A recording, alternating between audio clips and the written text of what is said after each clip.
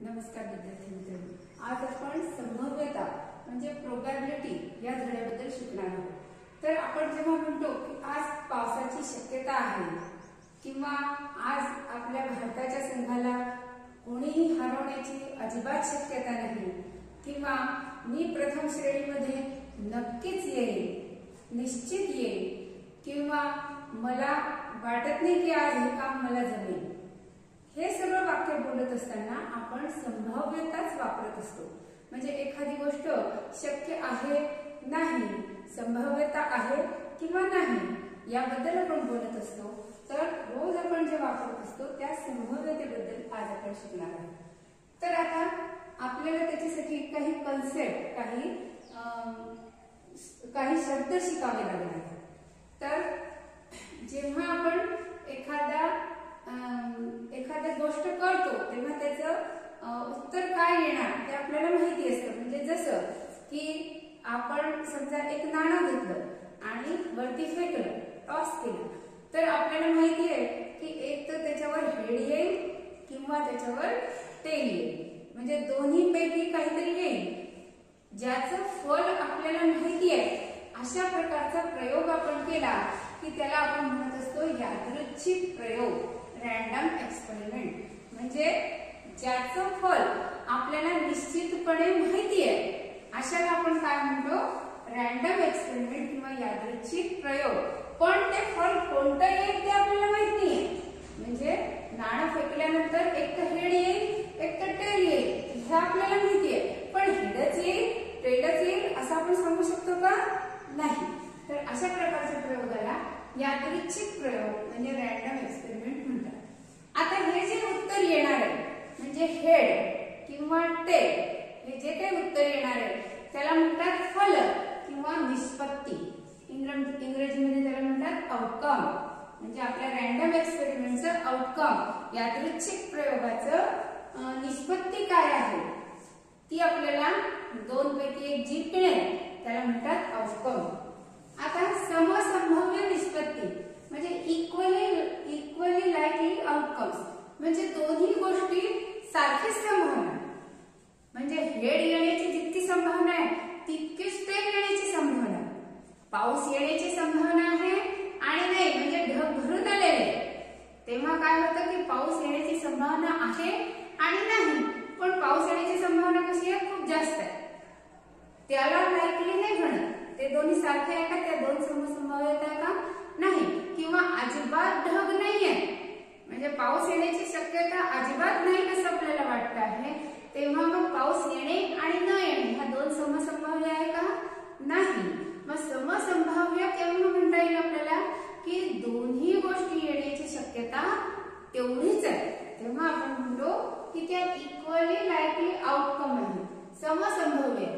म्हणजे आपण समजा एक फासा घेतला, फासा म्हणजे काय, आपण डाइस वापरतो ना सापशिडी वगैरे खेळताना, तर त्याच्यावर 1 2 3 असे थेंब असतात। एक बिंदू, एका पृष्ठभागावर 2 असतात, दुसऱ्या पृष्ठभागावर 3 असतात, 4 असतात, 5 असतात आणि 6 असतात। मग आपण ते असं खुळखुळवलं आणि टाकलं की त्याच्यातला कोणतीही एक संख्या वर येऊ शकते, 1 येऊ शकतो, 5 येऊ शकतो, 4 येऊ शकतो, 6 येऊ शकतो, काही पण येऊ शकतं। तेव्हा त्या निष्पत्ती काय आहे, समसंभाव्य आहे।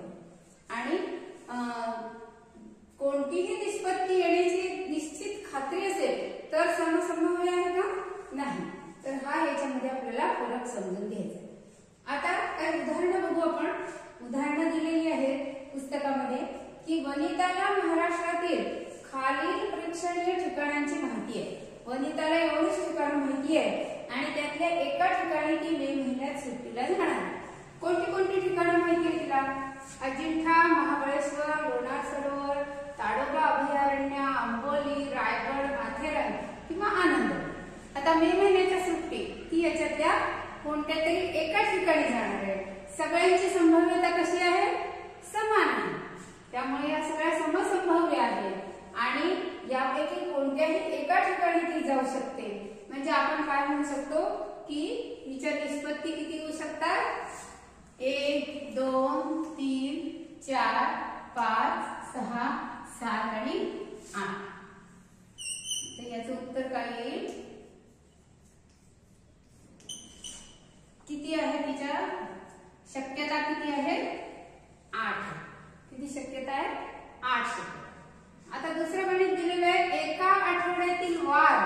यादृच्छिक पद्धतीने निवडायचा आहे. यादृच्छिक म्हणजे रॅन्डम. कसा निवडायचा आहे? आठवड्यातील वार कोणता कोणता येऊ शकतो? एक तर सोमवार येईल, मंगळवार येईल, बुधवार येईल, गुरुवार येईल, शुक्रवार येईल किंवा शनिवार येईल आणि मग आपल्या सगळ्यांचा आवडता रविवार येऊ शकतो. तर याच्यातच कोणता तरी वार असेल आणि अट काहीच दिली नाहीये की शाळेचा की सुट्टीचा अशी काही दिली का? नाही. यादृच्छिक पद्धतीने एक वार निवडायचा आहे. तर 1, 2, 3, 4, 5, 6, 7 या 7पैकी कोणताही वार असू शकतो. म्हणून आपण याचं उत्तर काय देणार? 7. याच्यामध्ये किती निष्पत्ती आहे? 7. आता पुढे दिलेलं आहे पत्त्याच्या कॅट मधून एक पत्ता यादृच्छिक पद्धतीने निवडायचा आहे. पत्त्याचा कॅट म्हणजे आपण खेळायला जे पत्ते वापरतो ते. तर त्याच्यामध्ये काय असतं की 1 ते राजा असे 13 पत्ते असतात आणि 4 प्रकारचे असतात. किल्वर, बदाम, चौकट आणि इस्पी. मग प्रत्येक प्रकारचे 13 म्हणजे किती झाले? 13×52 म्हणजे एकूण किती पत्ते असू शकतात? कोणताही एक निवडला तर एक पत्ता कोणता तरी येणे. याचं फल काय असू शकतं? 52 प्रकाराने आपण तो पत्ता काढू शकतो. आणि शेवटचं विचारलेलं आहे की प्रत्येक कार्डावर एक संख्या लिहिली. कितीपासून? 10 पासून 20 पर्यंत. एक कार्ड यादृच्छिक पद्धतीने आपल्याला निवडायचं. आता बघा 10 पासून 20 पर्यंत संख्या लिहिल्या म्हणजे एका कार्डावर मी लिहिले 10, दुसऱ्यावर लिहिले 11, तिसऱ्यावर 12, 13, 14, 15, 16, 17, 18, 19, 20 पर्यंतच म्हटलेलं आहे. म्हणजे ही कार्ड तयार झाली. आता याच्यातलं कोणताही एक कार्ड आपल्याला यादृच्छिक पद्धतीने काढायचं आहे. काही अट नाही आहे त्याला. तर एक तर 10 लिहू शकतो, 11 लिहू शकतो, 12 लिहू शकतो, कोणतेही एक कार्ड लिहू शकतो. तर याचं उत्तर किती येईल? किती फल आहे याचं? 1, 2, 3, 4, 5, 6, 7, 8, 9, 10, 11 म्हणजे याच्या निष्पत्ती किती आहे? 11. तर याचं उत्तर येईल 11. तर या पद्धतीने आपण कोणताही यादृच्छिक प्रयोग केला तर त्याच्या निष्पत्ती किती आहे ते आपण शोधून काढू शकतो. आणि त्या निष्पत्तींपैकी कोणतीही एक येऊ शकते. असं जेव्हा असतं तेव्हा त्यांना समसंभाव्य निष्पत्ती असं म्हणतो. आता ह्या ज्या मी निष्पत्ती लिहिल्या, समसंभाव्य निष्पत्ती लिहिल्या, त्या लिहिलेल्या संचाला म्हणतात नमुना संच. सॅम्पल स्पेस एस नी दाखवलं जातं ते नमुना संच. नमुना अवकाश त्याला इंग्रजीत म्हणतात सॅम्पल स्पेस. ती एक तर एस नी दाखवली जाते किंवा ओमेगा या अक्षराने दाखवले जाते. पण बहुतेक जास्ती करून एसच वापरलं जातं कारण सॅम्पल स्पेस पटकन आपल्या लक्षात येतं. तर ह्या ज्या सर्व निष्पत्ती मी लिहून काढल्या समसंभाव्य त्यांच्या संचाला काय म्हणतात? सॅम्पल स्पेस किंवा नमुना अवकाश. तर आता नमुना अवकाश कसा काढायचा त्याबद्दल माहिती आपण बघूया. आपल्याला आता यादृच्छिक प्रयोग म्हणजे काय ते कळलेले आहे की ज्यांची निष्पत्ती आपल्याला निश्चित माहिती आहे.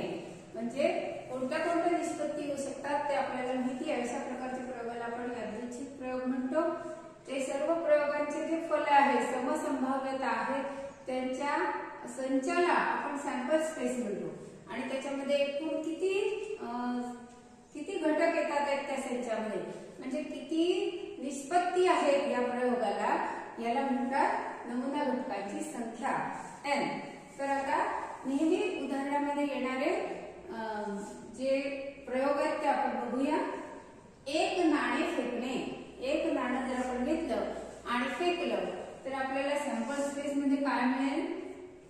एक तर आपल्याला हेड मिळेल किंवा आपल्याला टेल मिळेल. म्हणजे किती घटक झाले? 2.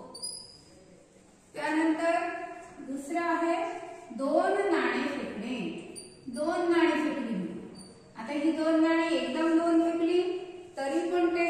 असतं, एक नाणं फेकलं मग दुसरं नाणं फेकलं तरी प्रयोग सारखाच आहे. तर काय होईल, एक तर दोन्ही नाण्यांवर हेड येईल, दोन्ही नाण्यांवर टेल येईल, पहिल्या नाण्यावर हेड दुसऱ्या नाण्यावर टेल येईल, किंवा पहिल्या नाण्यावर टेल दुसऱ्या नाण्यावर हेड येईल. अशा प्रकारे 4 निष्पत्ती निघू शकतात. 4 संभाव्यता आहेत, 1 2 3 4. त्यामुळे सॅम्पल स्पेस मध्ये एकूण किती घटक आले, 4 घटक. आता मी 3 नाणी फेकली, पुन्हा तसंच 3 एकदम फेकू नाही शकलं, तर समजा 1 फेकलं, 2 फेकलं किंवा 2 फेकले, तिसरं फेकलं तरी प्रयोग तोच आहे. तर त्याच्यामध्ये बघा, एक तर तिन्ही नाण्यांवर हेड येईल, तिन्ही नाण्यांवर टेल येईल, पहिल्या नाण्यावर हेड दुसऱ्या नाण्यावर टेल तिसऱ्या नाण्यावर टेल, किंवा पहिल्या नाण्यावर हेड दुसऱ्या नाण्यावर हेड तिसऱ्या नाण्यावर टेल, किंवा पहिल्या नाण्यावर हेड हेड हेड आपलं झालेलं आहे, तर पहिल्या नाण्यावर टेल दुसऱ्या नाण्यावर हेड आणि तिसऱ्या नाण्यावर टेल. आता बघा, पहिल्या नाण्यावरचं हेड टेल दोन्ही झालं, दुसऱ्या नाण्यावरचं टेल हेड दोन्ही झालं, पण तिसऱ्या नाण्यावर मात्र आपण सारखी टेलच घेतलेली आहे. मग आता पहिल्या नाण्यावर हेड दुसऱ्या नाण्यावर टेल तिसऱ्या नाण्यावर मात्र हेड. आता पहिल्या नाण्यावर टेल, पहिल्या नाण्यावर टेल दुसऱ्या नाण्यावर टेल आणि तिसऱ्या नाण्यावर मात्र हेड. असं झालं बघा, पहिल्या नाण्यावरचं हेड दोनदा झालं, तीनदा झालं, टेल दुसऱ्या नाण्यावर टेल एकदा, दोनदा, तीनदा झालं. त्याच्यानंतर इथे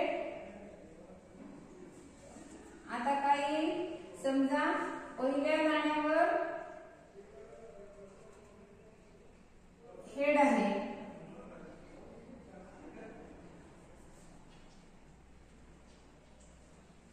हेड हेड हेड झाले, टेल टेल टेल झाले, नंतर हेड टेल टेल झाले, मग टेल टेल हेड हेड असं इथे येईल. आणि त्याच्यानंतर हे पहिल्या नाण्याचं झालं, हेड टेल टेल झाले, टेल हेड हेड झाले, त्याच्यानंतर हेड तसंच राहिलं, याचं हेड टेल, याची टेल टेल, ते झालेलं आहे टेल हेड आणि 8. अशा किती निष्पत्ती झाल्या, 8 निष्पत्ती झालेल्या आहेत. त्याच्यानंतर एक फासा फेकणे. फासा मी तुम्हाला सांगितलं होतं की जो डायस आपण वापरतो, एका पृष्ठभागावर एक बिंदू काढलेला असतो, दुसऱ्या पृष्ठभागावर 2 बिंदू काढलेले असतात. तर कोणताही पृष्ठभाग त्याच्यावरती येऊ शकतो, म्हणजे त्याचं उत्तर एकतर 1 किंवा 2 किंवा 3 किंवा 4 किंवा 5 किंवा 6 असं कोणतं पण येऊ शकतं. म्हणजे नमुना घटकांची संख्या किती येईल याच्यात, 6. आता 2 फासे मी एकदम फेकले, 2 फासे फेकल्यानंतर काय काय येईल बघा, पहिल्यावर 1 दुसऱ्यावर 1, पहिल्यावर 1 दुसऱ्यावर 2, पहिल्यावर 1 दुसऱ्यावर 3, पहिल्यावर 1 दुसऱ्यावर 4. थोडंसं इकडे घेऊ आपण, पहिल्यावर 1 दुसऱ्यावर 5 आणि पहिल्यावर 1 दुसऱ्यावर 6. म्हणजे एकूण घटकांची संख्या किती आली,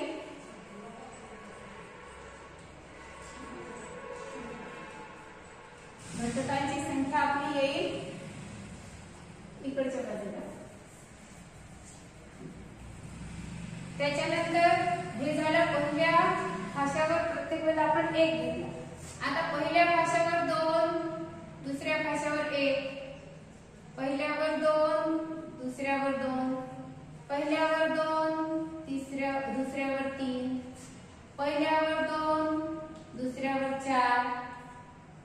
पहिल्यावर 2, दुसऱ्यावर 5, पहिल्यावर 2, दुसऱ्यावर 6, त्याच्यानंतर पहिल्यावर 3, 1, 3,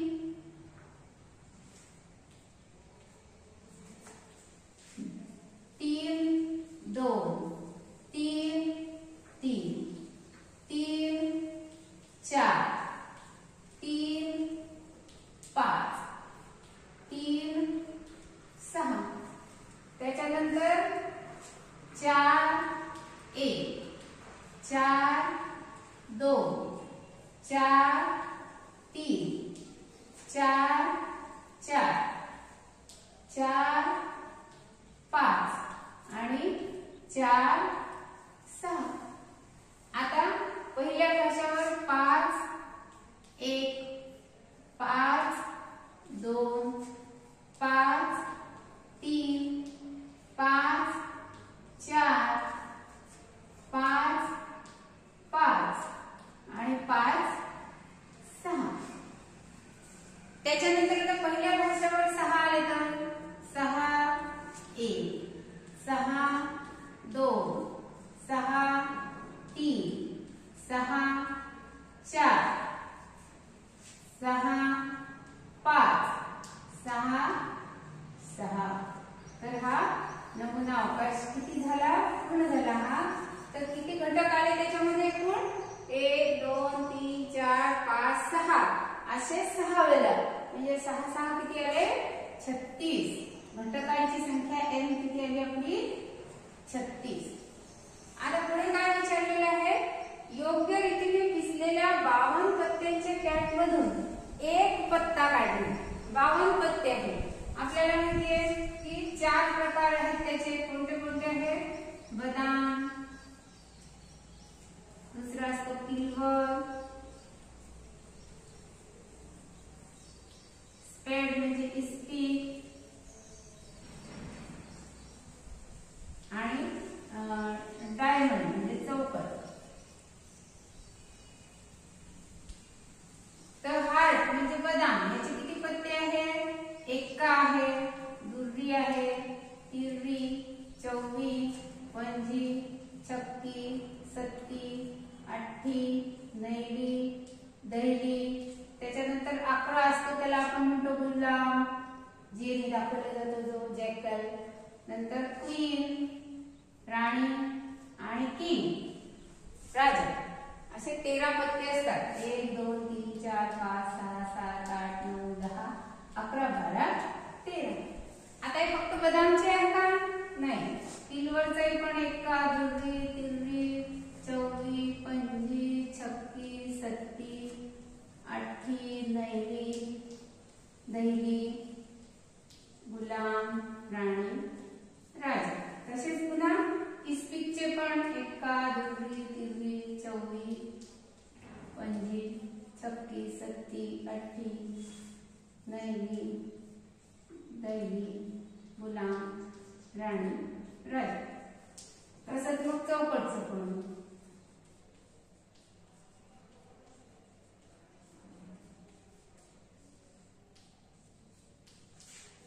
तर अशा रीतीने प्रत्येक त्याचे 13 आपल्याला एकच पत्ता जर काढायचा असेल यादृच्छिक पद्धतीने, तर याच्यातला कोणताही एक येऊ शकतो. म्हणजे किती पत्ते आहेत ते? 52. म्हणजे घटकांची संख्या आपल्याला किती लिहिता येईल? 52. तर अशा रीतीने आपल्याला नमुना अवकाश कसा लिहायचा, नमुना अवकाश म्हणजे काय आणि नमुना अवकाशामध्ये असणाऱ्या घटकांची संख्या मोजून ती लिहायची, अशा प्रकारे आपल्याला काही उदाहरणं सोडवायची.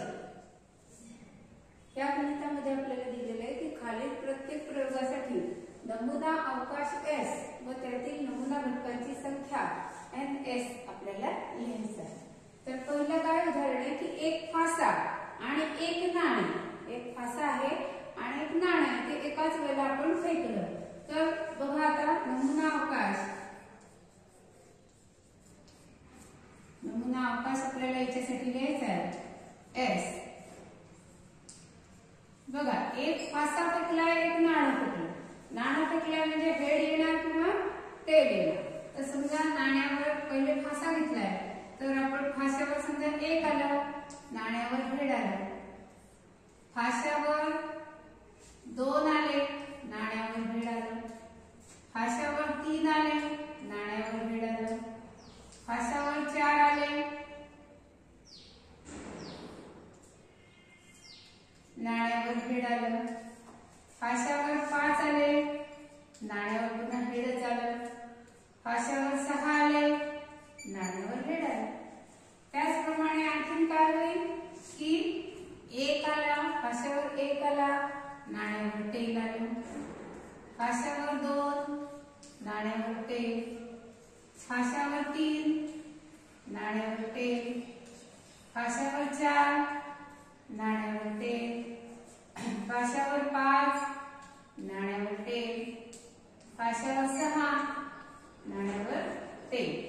म्हणजे बघा किती त्याच्या निष्पत्ती आल्या, किती शक्यता आहेत. 1 2 3 4 5 6 7 8 9 10 11 12. म्हणजे NS किती आलं आपलं 12. घटकांची संख्या किती आहे 12. दुसरं गणित बघूया. 2 3 5 या अंकांपासून अंकांची पुनरावृत्ती न करता 2 अंकी संख्या आपल्याला तयार करायची आहे. तर सॅम्पल स्पेस मध्ये काय काय येईल बघा. नमुना अवकाशात पहिली संख्या आहे 2. 2 अंकी तयार करायची आहे आपल्याला. म्हणजे 2 2 अशी घ्यायची आहे का नाही, कारण पुनरावृत्ती नाही करायची. मग संख्या कोणती येईल 23 25. मग 3 आधी घेतले की 32 35. मग 5 आधी घेतले की 52 53. पुनरावृत्ती करायचीच नाही, त्यामुळे 22 33 55 अशा संख्या आपल्याला घेताच येणार नाही. म्हणजे एकूण किती संख्या तयार झाल्या मग 23 25 32 35 52 53. म्हणजे किती संख्या झाल्या 6 संख्या झाल्या. म्हणजे NS किती आलं आपलं 6. आता इथे दिलेलं आहे की 6 रंगांची तबकडी आहे आणि एक बाण आहे. ती तबकडी आपण गोल फिरवल्यानंतर तो बाण कोणत्या तरी रंगावर स्थिर होईल.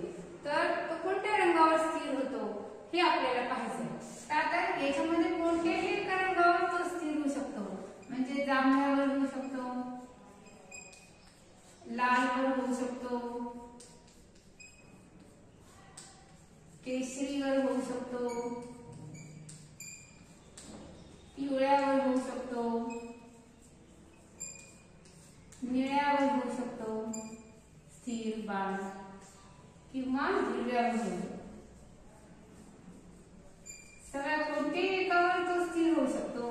म्हणजे सॅम्पल स्पेस S मध्ये किती आले 1 2 3 4 5 6. म्हणजे घटकांची संख्या किती आली आपली 6. तर अशा रीतीने अवकाश आणि घटकांची संख्या, नमुना अवकाश आणि नमुना घटकांची संख्या आपण या 2-3 गणितात लिहिलेली आहे. या गणितामध्ये वर्ष 2019च्या मार्च महिन्याचे कॅलेंडर आपल्याला दिलेले आहे आणि 5च्या पटीत येणाऱ्या तारखांचा वार आपल्याला लिहायचा आहे. तर बघा 2019च्या मार्चचे कॅलेंडर हे लिहिलेलं आहे 5च्या पटीत येणारे. म्हणजे कोणते कोणते 5 5 दुने 10 5 3 15 5 4 20 5 5 25 आणि 5 30 हे वार आपल्याला लिहायचे आहेत. तर आपल्या सॅम्पल स्पेस मध्ये काय काय येईल नमुना अवकाश मध्ये आता बघा 5चा वार कोणता आहे ट्यूसडे म्हणजे मंगळवार.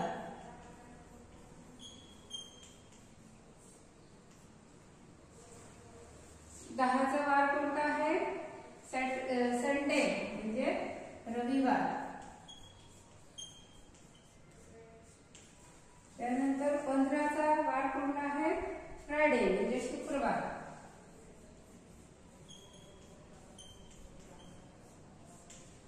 त्यानंतर 20ला कोणता वार येतो आहे बुधवार.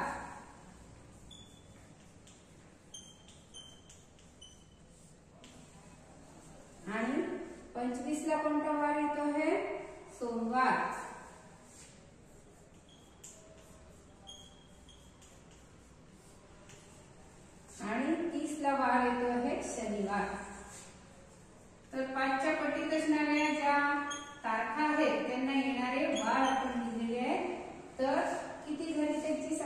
घटकांची संख्या 1 2 3 4 5 6 म्हणजे घटकांची संख्या किती आली 6.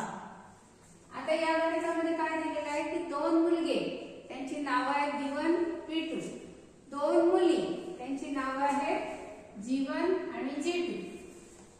यांच्यातून दोघांची एक रस्ता सुरक्षा समिती बनवायची. रस्ता सुरक्षा समितीमध्ये दोनच जण असणार. तर यासाठी नमुना अवकाश मिळण्यासाठी खालील कृती आपल्याला पूर्ण करायची.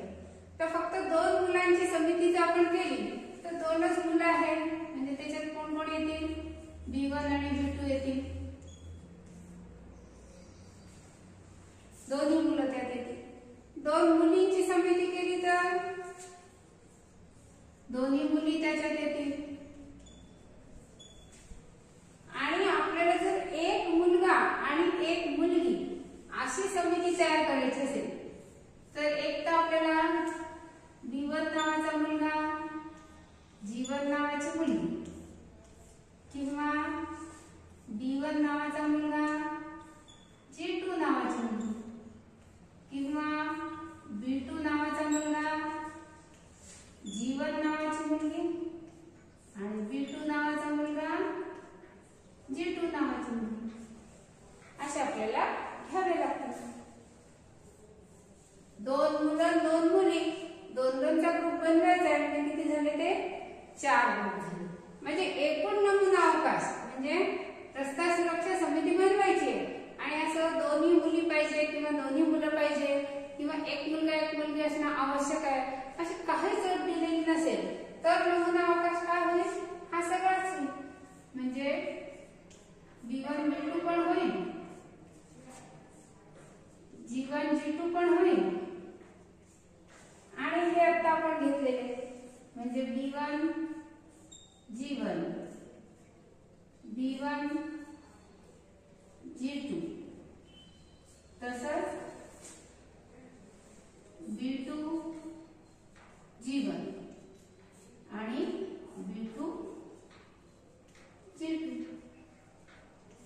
म्हणजे जर कोणत्याही प्रकारची कंडिशन ठेवली नाही तर एकूण किती नमुना अवकाशामध्ये आपले किती घटक येतील 1 2 3 4 5 6 म्हणजे नमुना अवकाशातल्या घटकांची संख्या येते 6. तर अशा रीतीने रॅन्डम एक्सपेरिमेंट म्हणजे यादृच्छिक प्रयोग काय असतो त्याची निष्पत्ती काय असते नंतर आपल्याला पाहिजे ती निष्पत्ती काढायची असेल तर त्यासाठी आपल्याला सॅम्पल स्पेस जी लिहावी लागते ती कशी लिहायची नमुना अवकाश ते आतापर्यंत आपण बघितलेलं आहे. आता याच्या पुढे आपल्याला संभाव्यता काढण्यासाठी काही विशिष्ट घटना आणि त्यांचे निष्पत्ती याच्याबद्दल विशेष माहिती पाहिजे.